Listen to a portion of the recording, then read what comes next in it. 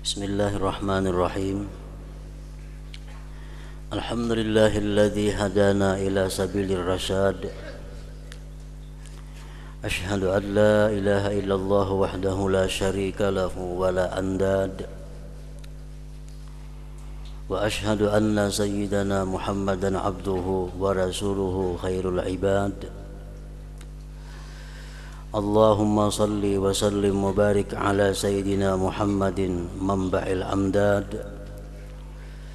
wa ala alihi wa sahbihi alladhina hum ahlut taqwa was sadad. Amma ba'd. Yang kita hormati dan kita cintai para habaib, para alim ulama, para muhibbin, hadirin dan hadirat rahimakumullah.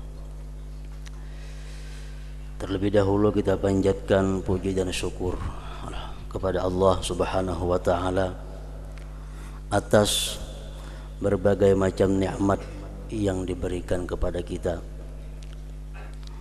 Dan juga tidak lupa salawat dan salam selalu kita haturkan kepada junjungan kita Nabi besar Muhammad sallallahu alaihi wasallam dan kepada seluruh keluarga, para sahabat dan zuriat beliau ila yaumil qiyamah. Para muhibbin rahimakumullah, Ats-tsani wal arba'un min suril Quran, suratus Syura, yang ke-42, yang ke-42 dari surah-surah Al-Quran, yaitu surat Asy-Syura. Makiyatun, diturunkan di Makkah ini surah. Wa ayatuha, dan ayat-ayatnya salasun wa khamsun, berjumlah 53 ayat.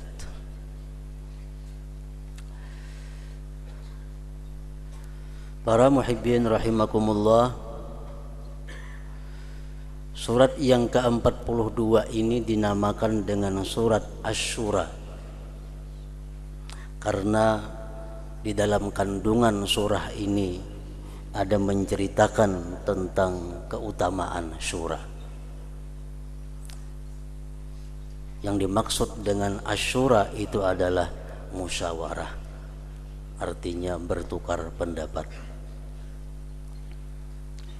Sebagaimana firman Allah Subhanahu wa taala di dalam ayat 36 sampai seterusnya, yang berbunyi, fama utitum min syai'in famata'ul hayatid dunya wa ma indallahi khairu wa abqa lilladzina amanu wa 'ala rabbihim yatawakkalun walladzina hum yajtanibuna kaba'iral itsmi wal fawahish wa idza ma ghadibu hum yaghfirun walladzina istajabu li rabbihim wa aqamus shalah wa amruhum syura bainahum وَمِمَّا رَزَقْنَاهُمْ يُنْفِقُونَ وَالَّذِينَ إِذَا أَصَابَهُمُ الْبَغْيُ هُمْ يَنْتَصِرُونَ وَجَزَاءُ سَيِّئَةٍ سَيِّئَةٌ مِثْلُهَا فَمَنْ عَفَا وَأَصْلَحَ فَأَجْرُهُ عَلَى اللَّهِ إِنَّهُ لَيُحِبُّ الظَّالِمِينَ. Ayat 36 sampai 40. Makna daripada ayat ini adalah fama utitum min syai'in famata'ul hayatid dunya.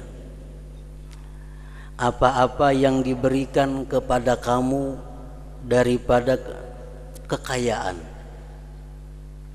apa-apa yang diberikan kepada kamu daripada kemegahan dunia. Famata'ul hayatid dunya, maka itu adalah merupakan kesenangan hidup dalam dunia yang sangat sedikit dan sangat sementara.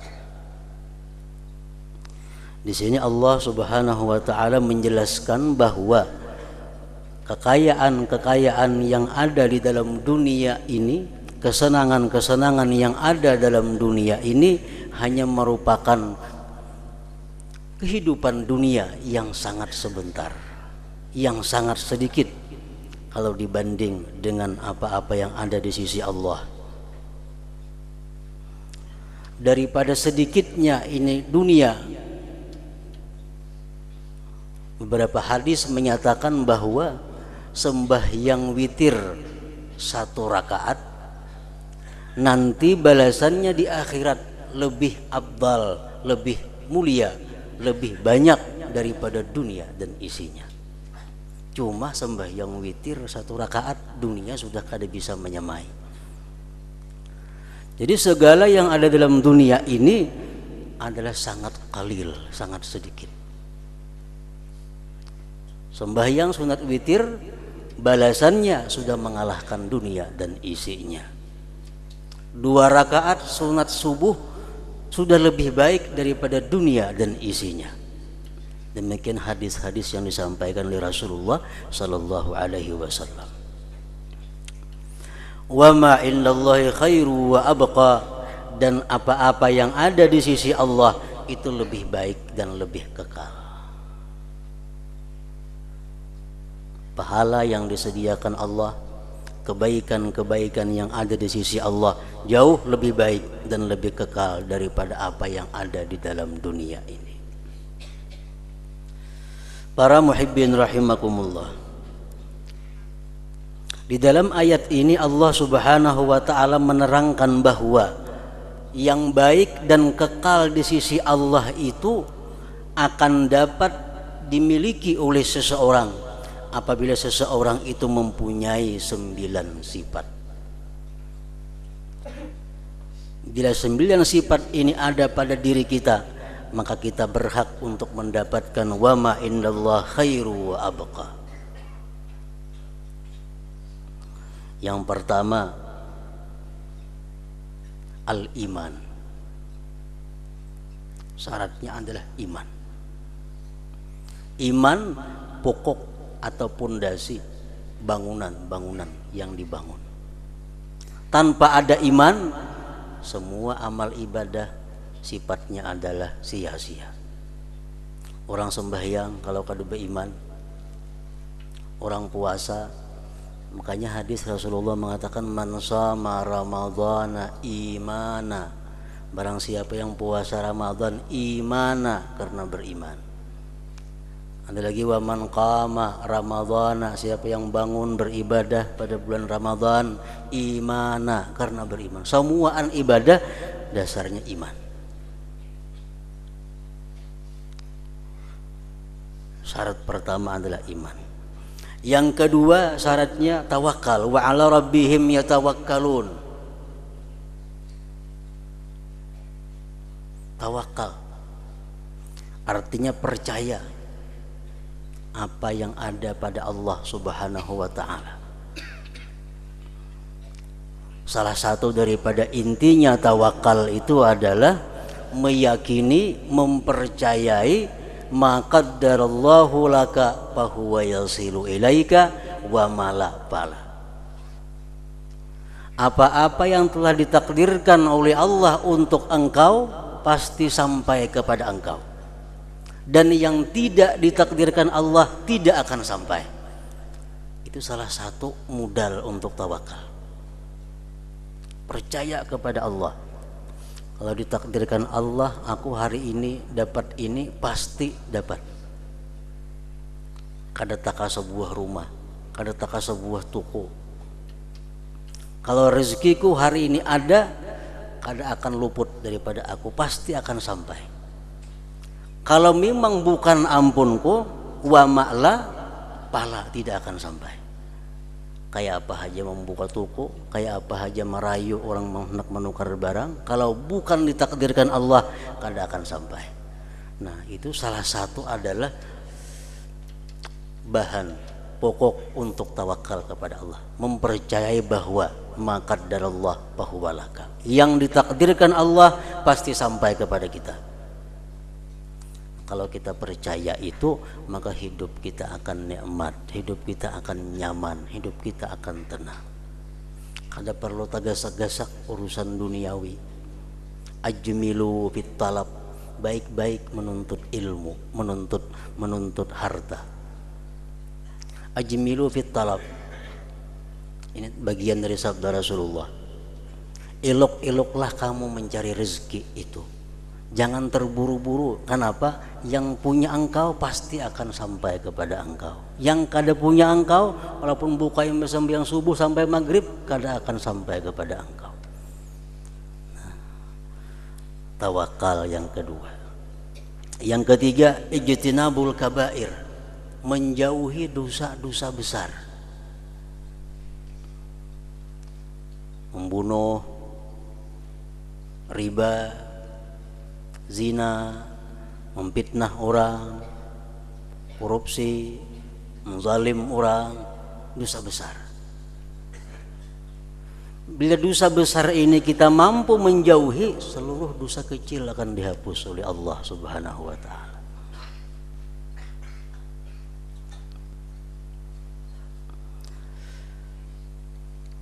Yang keempat, kazmul ghaiz, mampu mengendalikan marah. Mampu mengendalikan marah. Kalau kada bisa marah, itu himar ngarannya. Dipukuli orang kada sarik jua, diambil orang harta kada sarik jua, itu kada manusia. Marah sesuatu yang wajib kita miliki, namun wajib kita mengendalikannya. Mampu mengendalikan marah. Rasulullah sering marah, tapi kada akan berkata-kata yang kasar. Hanya terlihat di wajah Sidin ada kemirah-mirahan kalau beliau sedang marah bila mana dilanggar hukum Allah Subhanahu wa taala. Yang kelima, ijabatullah, memperkenankan Allah. Salah satu contoh, azan itu merupakan suara Allah. Azan panggilan Allah. Kita menyahut azan termasuk mengijabah Allah Subhanahu wa taala. Yang keenam, iqamus shalah, mendirikan salat. Yang ketujuh, al-musyawarah bil umur. Nah, ini yang dimaksud dalam surah ini adalah surah Asy-Syura, musyawarah artinya. Orang yang akan mendapatkan kebaikan yang abadi dan kekal di sisi Allah, orang yang dalam dunia ini punya sifat yang 9, diantaranya adalah al-musyawarah bil umur, musyawarah dalam berbagai hal. Jangan musyawarah nang sakitnya aja. Urusan sudah kada kau bayar hutang, hanyar bermusyawarah. Urusan nang nyamannya kada bermusyawarahan. Urusan nak kawin kada musyawarah. Urusan besarakan musyawarah, bagi orang ke situ kamari minta pendapat. Nah, al-musyawarah fil umur, dalam segala perkara. Yang kedelapan, infaqu rizqillah, menafkahkan rezeki Allah. Jangan hanya disimpan. Yang kesembilan, intisarun nafsi bila zulmin, membalas kezaliman orang namun tidak melampau batas. Orang menyakiti kita, sakiti juga, tapi jangan melebihi pada orang. Para muhibbin rahimakumullah, Allah Subhanahu wa ta'ala berfirman di dalam surat yang lain tentang musyawarah ini, wasyawirhum bil amri. Ini perintah Allah kepada Rasulullah sallallahu alaihi wasallam, wahai Rasul, musyawarahlah engkau kepada para sahabat dalam berbagai keadaan, berbagai perkara. Rasulullah disuruh oleh Allah musyawarah ini, bukan Rasulullah kada tahu nang mana nang bujur, bukan. Cuma pertama untuk menyenangkan hati sahabat.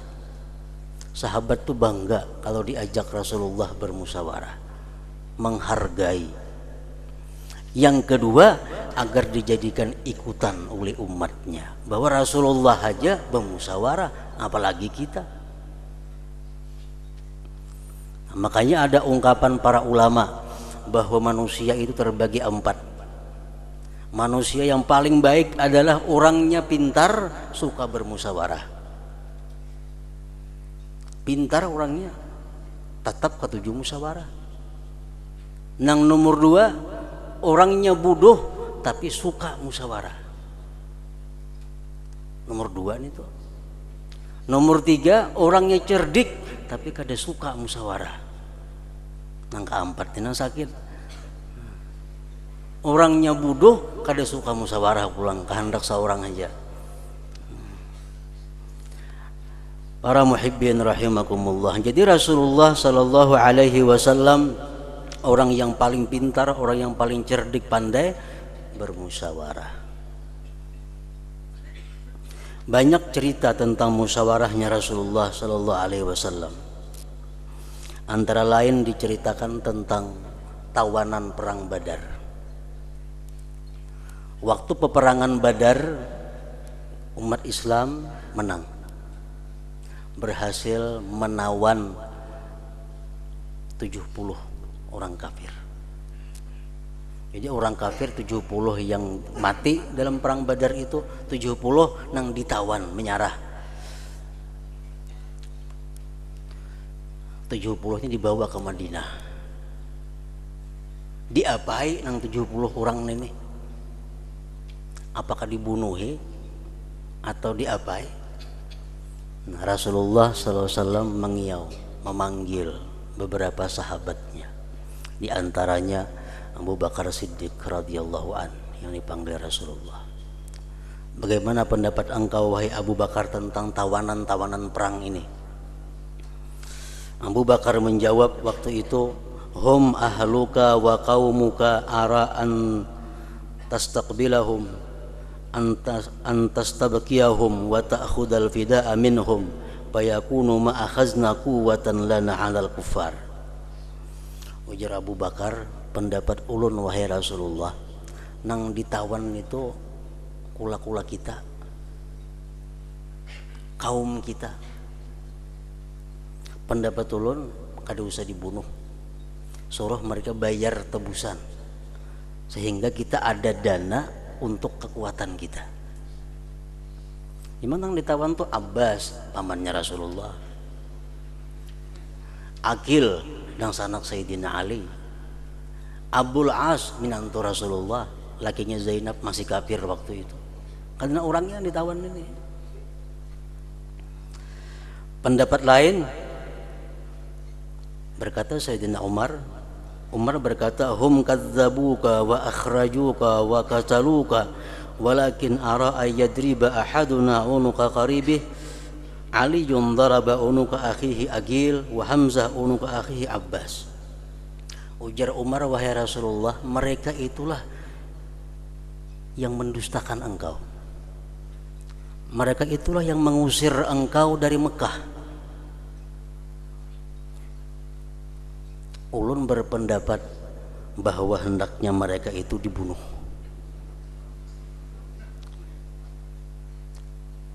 Umar memandang kejahatannya, bunuh.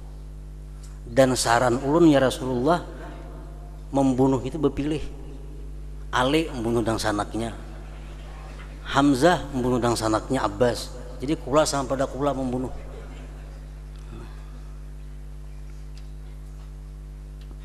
Saran lain kata Rasulullah, ada lagi namanya Abdullah bin Rawahah. Dia memberi saran kepada Rasulullah, wahai Rasulullah, kita tabuk tanah gana-gana, buati kayu, bakar selukut di situ rananya sudah.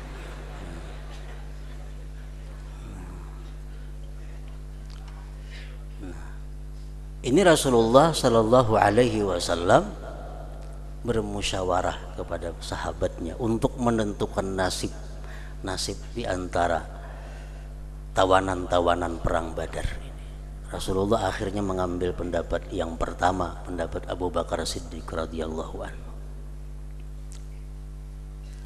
Nah, contoh yang kedua, ini Rasulullah bermusyawarat kepada sahabatnya dalam masalah negara, peperangan.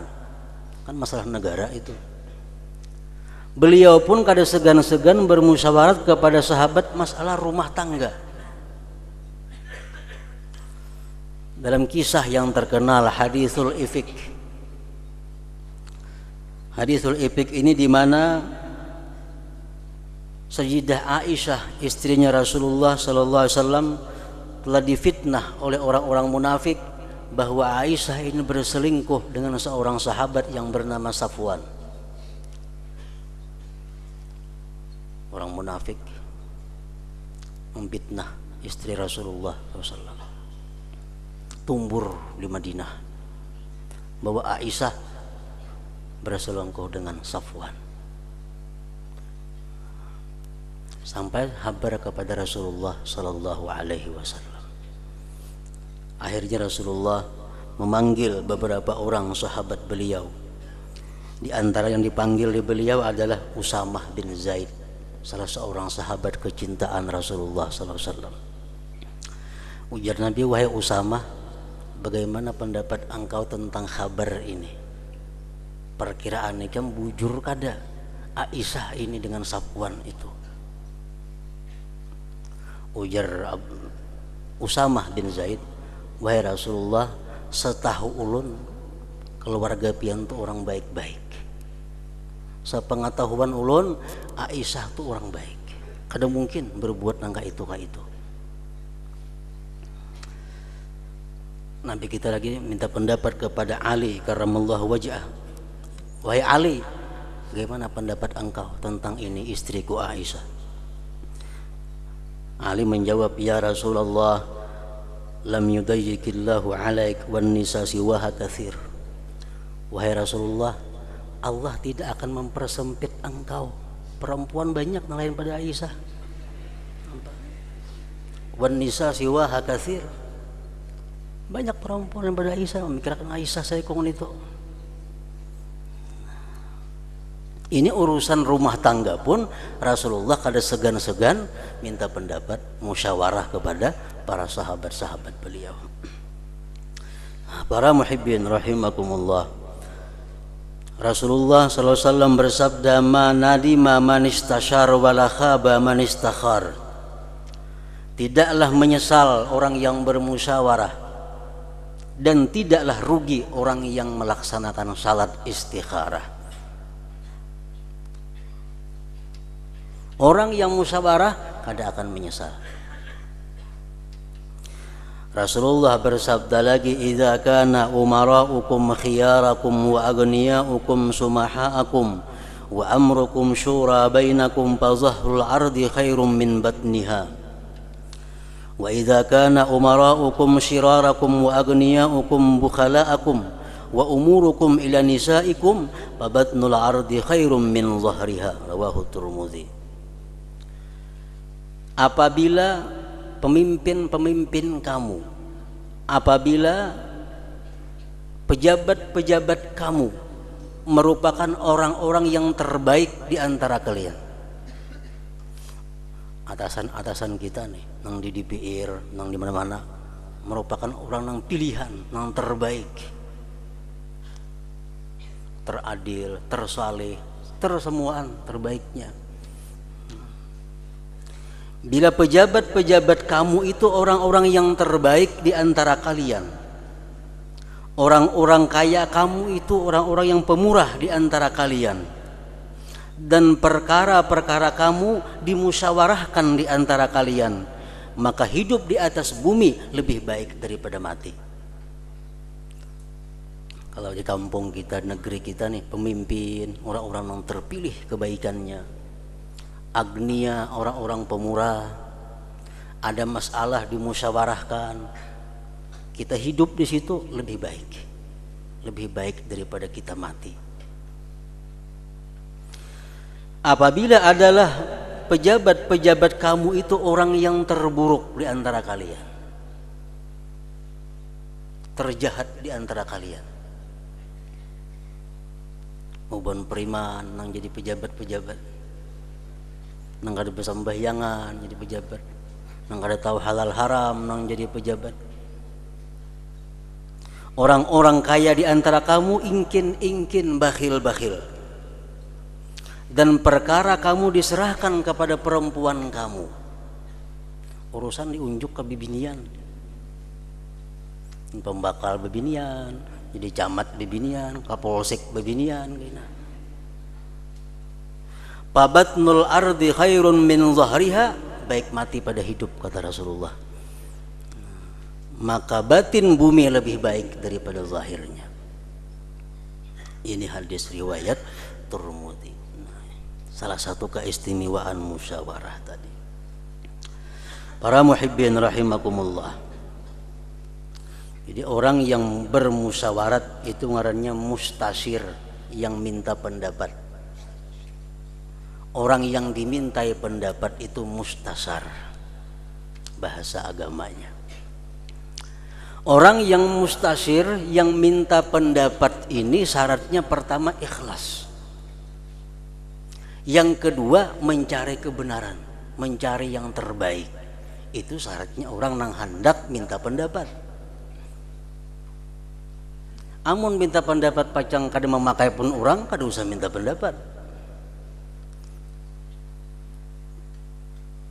Nah, sedangkan orang yang dimintai pendapat atau mustasyar itu ada 6 sifat.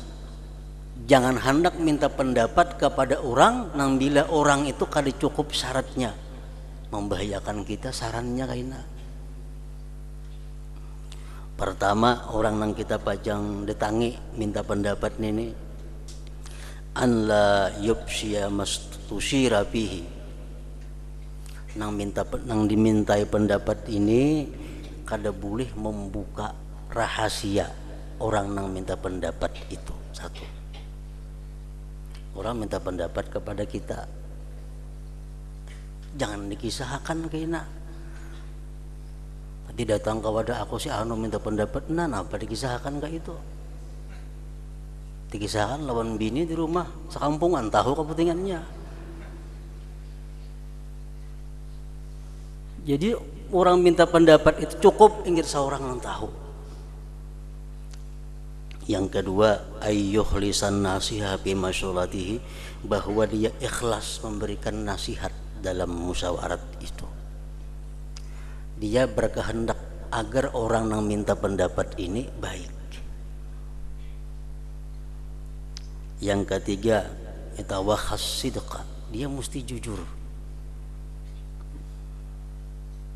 Yang keempat, ayyushira fil umur allati ya'rifuha, hendaklah dia memberikan pendapat pada perkara yang ia kenal, yang perkara yang ia bagus, yang ia tahu, yang ia ahlinya.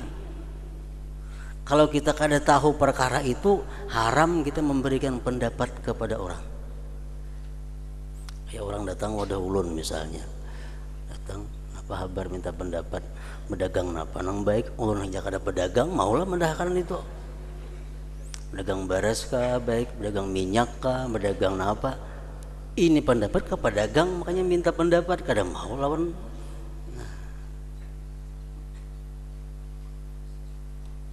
Jadi si nang memberi pendapat ini mesti bujur-bujur tahu dengan pendapatnya itu. Yang kelima, la yatlubu laha naf'an dunyawiyan, tidak boleh orang yang memberi pendapat ini menuntut upah, karena ini perintah agama. Memberikan pendapat kepada orang yang minta pendapat itu perintah agama, kada boleh menerima imbalan duniawi.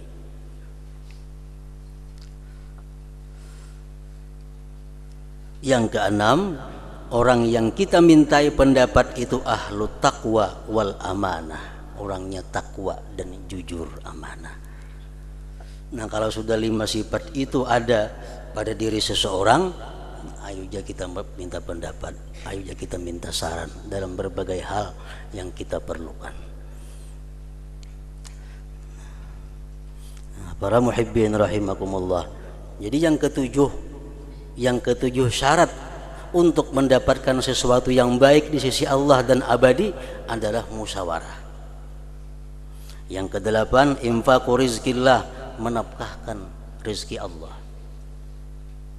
Yang kesembilan, intisarun nafsi bila zulmin, kita boleh membalas kejahatan orang kepada kita, boleh, tapi jangan zalim. Orang nyamber kita bungol di kita juga kan apa-apa.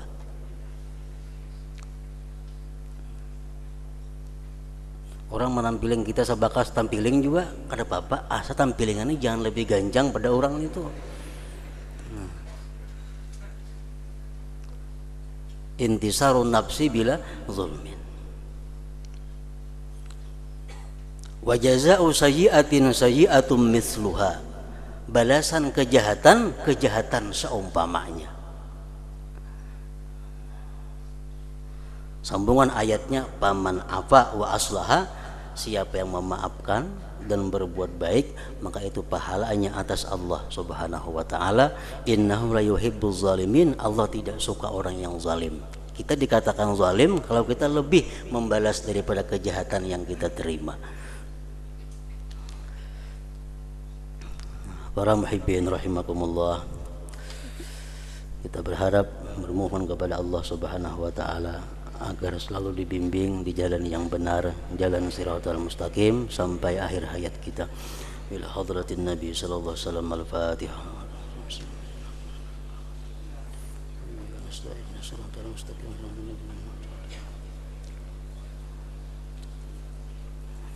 Asyhadu an la ilaha illallah wahdahu la syarika lah. أشهد أن سيدنا محمدا عبده ورسوله. لا إله إلا الله نستغفر الله. لا إله إلا الله نستغفر الله. لا إله إلا الله نستغفر الله. لا إله إلا الله ونتوب إلى الله.